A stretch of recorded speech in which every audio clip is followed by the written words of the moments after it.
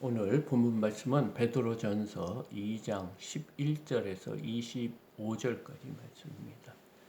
베드로전서 2장 11절에서 25절까지 말씀인데요.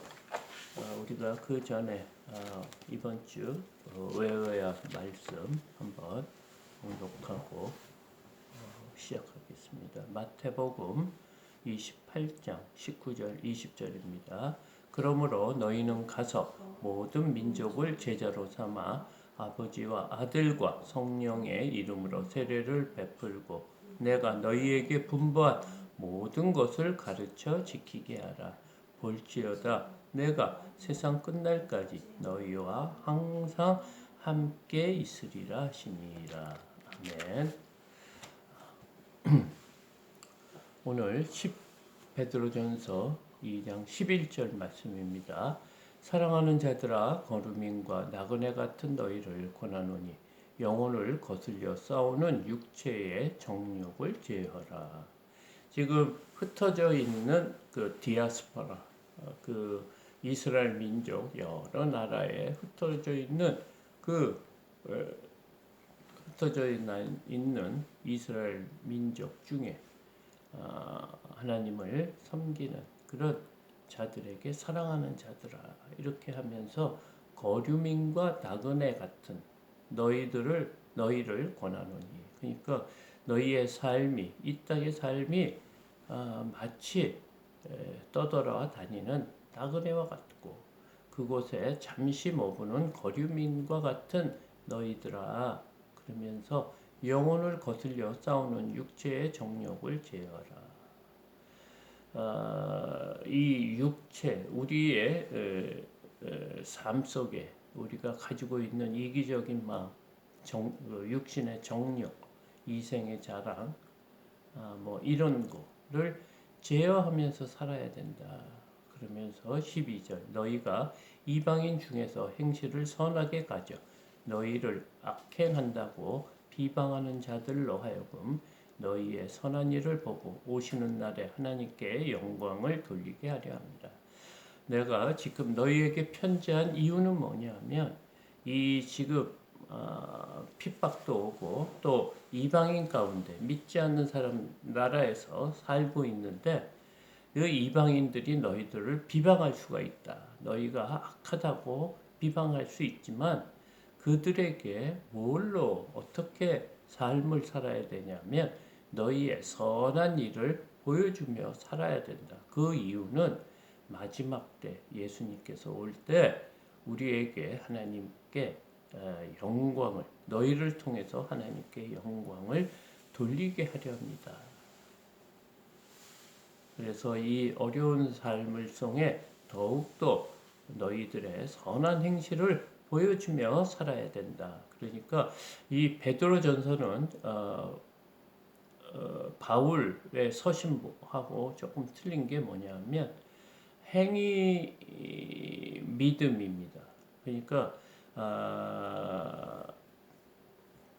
바울은 믿음으로 구원을 받는다는 그것을 굉장히 강조하거든요. 그 이유는 이스라엘 사람들, 유대인들이 율법을 지켜 믿음 생활에서 구원받는 줄 알고 생각하기 때문에 행위보다는 믿음을 많이 강조하는데 사실은 그 베드로는 그 성도 된 이후의 삶, 그러니까 구원하고는 직접적으로 이렇게 관계는 없지만 구원받은 자들이 이 땅의 삶을 어떻게 살아야 되는지, 그래서 그 행위를 통해서 구원받은 것을 믿지 않는 자들에게 이렇게 전파하라는 것입니다. 그래서 지금 베드로가 지금 디아스포라들에게 지금 이렇게 편지를 하는 겁니다.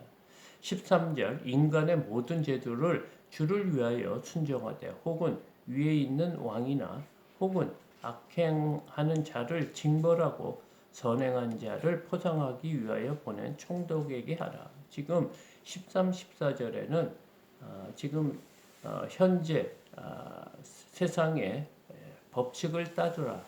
그러니까 세상 왕의 그 다스림을 순종하고 따라야 된다. 이렇게 말하고 있습니다. 그리고 악행하는 자를 징벌하고 선행하는 자를 포상하기 위해 보낸 총독에게도 그렇게 순종하라는 것입니다. 그러니까 이 땅의 제도, 우리가 살고 있는 대한민국에 살면 대한민국의 헌법을 따르고 준수를 하고 그 다스리는 대통령과 위정자의 말을 순종하며 살아야라. 지금 이 말하고 있습니다. 15절 곧 선행으로 어리석은 사람들의 무식한 말을 막으시는 것이라. 그러니까 우리가 이 땅에 살면서 크리스찬으로 살아가는 그런 본보기, 성도의 삶에 대해서 말하고 있습니다. 그래서 우리가 어느 나라에 있든지 어느 나라 백성으로 소속이 돼 있으면 그 소속된 그런 제도에 따라 순종하며 살아야 된다는 거죠. 지금은 이스라엘 민족이 로마 제국의 식민지로 살고 있습니다. 그러니까 다른 말로 로마 제국이 만들어 놓은 제도 뭐 여러 가지를 순종하며 살아가야 된다. 이런 말을 하고 있으면서 선행으로 그 악한 자들의 그 잘못된 생각을 막으려고 하는 것이다. 이렇게 어리석은 사람들의 무식한 말을 막으시는 것이다. 16절 너희는 자유가 있으나 그 자유를 악을 가리는 데 쓰지 말고 오직 하나님의 종과 같이 하라. 너희에게 자유가 있더라도 그 자유를 통해서 남을 해하고 자신의 유익을 끼치는 사람보다는 그 자유를 가지고 하나님의 말씀에 순종하며 그 따르는 주의 종처럼 살아라. 17절 무사람을 공경하며 형제를 사랑하며 하나님을 두려워하며 왕을 존대하라. 이 무사람을 공경하며, 그러니까 예수님께서 돌아가시기 전날 제자들의 발을 씻기면서 뭐라고 했습니까? 서로 사랑하라고 한 그 말씀의 연장선입니다. 그러니까 모든 사람을 공경하는 그런 겸손한 마음으로, 그리고 형제를 사랑하며 하나님을 두려워하면서 왕을 존대하라. 왕의 통치, 이 나라의 그 통치에, 정치에, 다스림에 순종하라고 지금 말하고 있습니다. 18절 사원들아 범사에 두려워함으로 주인들에게 순종하되 선하고 관용 있는 자들에게만 아니라 또한 까다로운 자에게도 그러하라. 지금은 사원들이 예수를 믿는 경우가 초대교회에 있었습니다. 그러니까 그 상정과 종이 함께 교회를 다니면서 같은 직분을 갖는 경우가 있습니다. 그때 종의 직분에 있는 사람들, 낮은 사원 같은 사람들은 하나님을 믿음으로써 평등한 자유를 똑같지 않습니까? 잘 사는 사람, 못 사는 사람이나 사장이나 직원이나 하나님 안에서는 동등한데 그 아랫사람들은 범사에 평상시에 두려워함으로 주인들에게 순종을 하라. 그러니까 사장님이나 윗사람들에게 순종하고 선하고 관용 있는 자들에게만 아니라 또한 까다로운 자에게도 그리하라.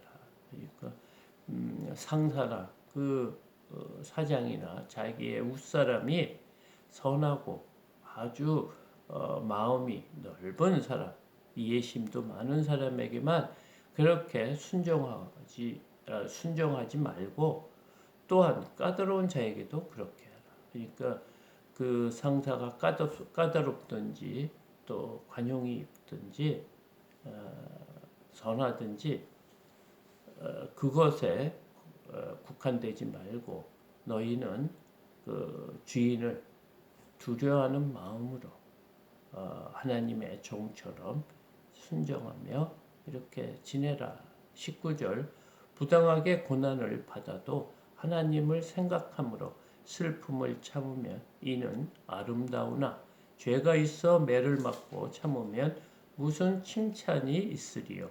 그러나 선을 행함으로 고난을 받고 참으면 이는 하나님 앞에 아름다우니라. 우리의 삶을 살면서 억울한 일이 많지 않습니까? 부당한 일. 분명히 내가 맞는데 위에 사람들이 부당하게 시켜서 그것을 불만으로 삼고 이렇게 지내지 말라는 거예요. 만약에 부당하게 어려움을 당하더라도 하나님을 생각하라는 거예요. 이 모든 것을 이런 나라의 통치 방법, 지금 로마의 지배를 받는 이 모든 것도 하나님의 뜻 안에서 이루어진다는 그 말입니다. 그래서 부당함을 받고 억울함을 받아도 그것을 슬퍼하지 말고 이것을 잘 참고 이겨나는 것이 아름답다는 거예요.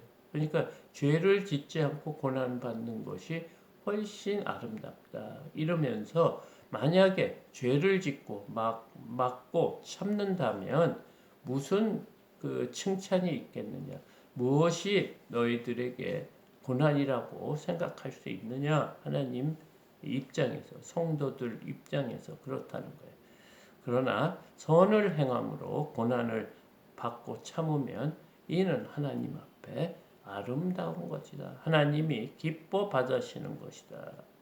그래서 교회가 사회의 질서를 세우기 위해서 또 항쟁하는 사람도 있지 않습니까? 그 일보다는 지금 주어진 나라의 제도에 그 나라의 통치 방법에 지금 순종하라는 거예요.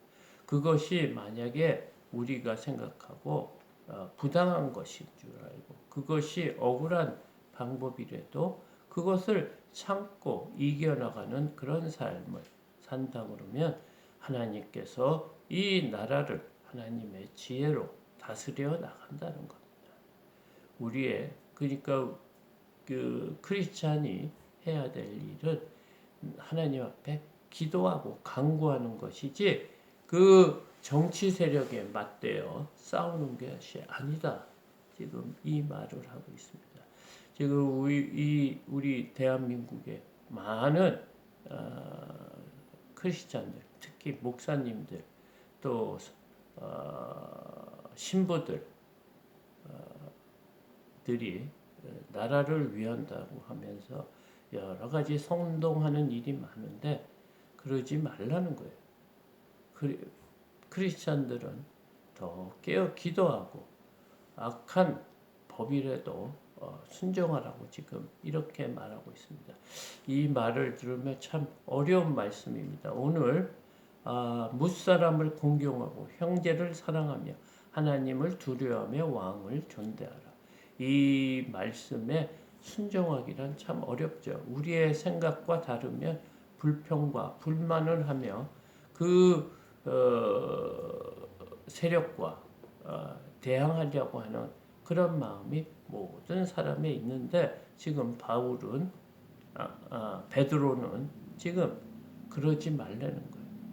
이 우주 만물, 이 나라를 통치하는 것도 하나님이 다스린다.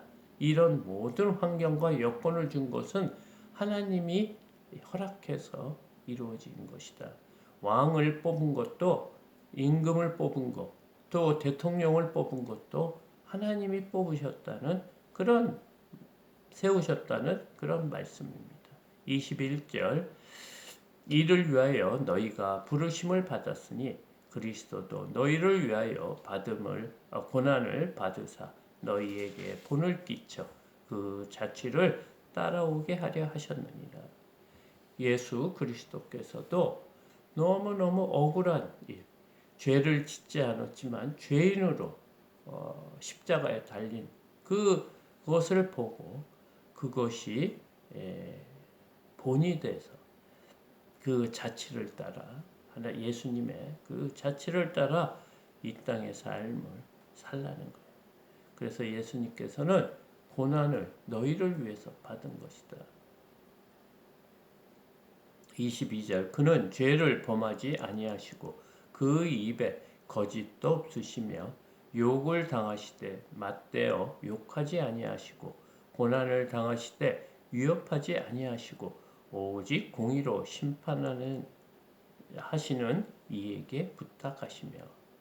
예수님께서 그 전능하신 예수님께서도 하나님이시도 이 피조물에게 정말 고난과 고통을 받는데도 그 고난에도 맞대응하지 않았다는 거예요. 그들에게 욕하지도 않고 위협하지도 않고 오직 인내로 기다렸다는 거예요. 왜냐하면 마지막 때가, 심판의 때가 분명히 있기 때문에 너희들이 심판하려고 하지 말라는 거예요. 이 세상을 너희들 생각으로 너희들이 원하는 대로 심판하려고 생각하지 말고 이 모든 것은 공의로 정의로 심판하시나에게 부탁하라 이거예요. 기도하라 이거예요. 그래서 24절 친히 나무에 달려 그 몸으로 우리의 죄를 담당하셨으니 이는 우리로 죄에 대하여 죽고 의에 대하여 살게 하려 하심이라. 그가 채찍에 맞음으로 너희는 나음을 얻었나니 너희가 전에는 양과 같이 길을 잃었더니 이제는 너희의 영혼의 목자와 감독 되신 이에게 돌아왔노라. 너희의 삶은 온전하지 못하다는 거예요.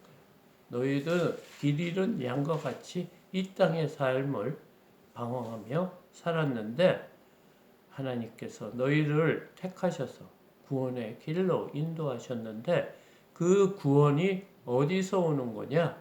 예수 그리스도 살아계신 하나님의 아들이 이 땅에서 피조물에게 자신이 만든 인간으로부터 고난과 고통, 욕도 드시고 고난도 당하시고 모든 자신의 그 모든 것 생명을 이 피조물을 위해서 참고 또 채찍도 맞으시고 고문과 멸시와 천대를 다 이기셨다는 거예요. 그것은 오로지 우리를 살리려는 그런 하나의 뜻을 이루기 위해서 하셨다는 거예요. 그것을 아는 너희들, 그 전에는 그 복음을 몰라서 마치 양과 같이 이 세상을 살아가는데 길을 잃은 자처럼 살았다 이거예요. 너의 마음대로, 너희의 가지고 있는 생각대로, 기준대로 살았지만 지금은 아니라 너희의 목자 되신, 영혼의 목자 되신 하나님, 살아계신 하나님을 알기 때문에 하나님을 더 의지하라고 지금 말하고 있습니다. 이 땅의 삶을 대적한다고 이 땅이 변하는 것이 아니고 오로지 살아계신 하나님 앞에 간구하고 부탁하라는 거예요. 우리의 삶을 살라는 이 베드로의 말이 있습니다. 오늘 말씀이 우리에게 정말 피부로 느끼는 이런 말씀이 아닌가 생각합니다. 우리가 해야 될 일은 크리스찬으로 이 땅의 삶을 서로 선한 그런 마음으로 남을 뭇사람을 공경하고 형제를 사랑하는 마음, 그리고 그것이 왜 그런 일을 해야 되냐면 하나님을 믿기 때문에 하나님 말씀을 두려워하며 순종하라고 지금 이 땅의 삶에 대해서 크리스찬이 어떻게 살아야 되는지를 오늘 베드로전서 2장을 통해 말하고 있습니다. 정말 힘듭니다. 정말 성경 말씀대로 살아가고 순종하기는 참 힘듭니다. 우리의 힘으로는 감당할 수 없습니다.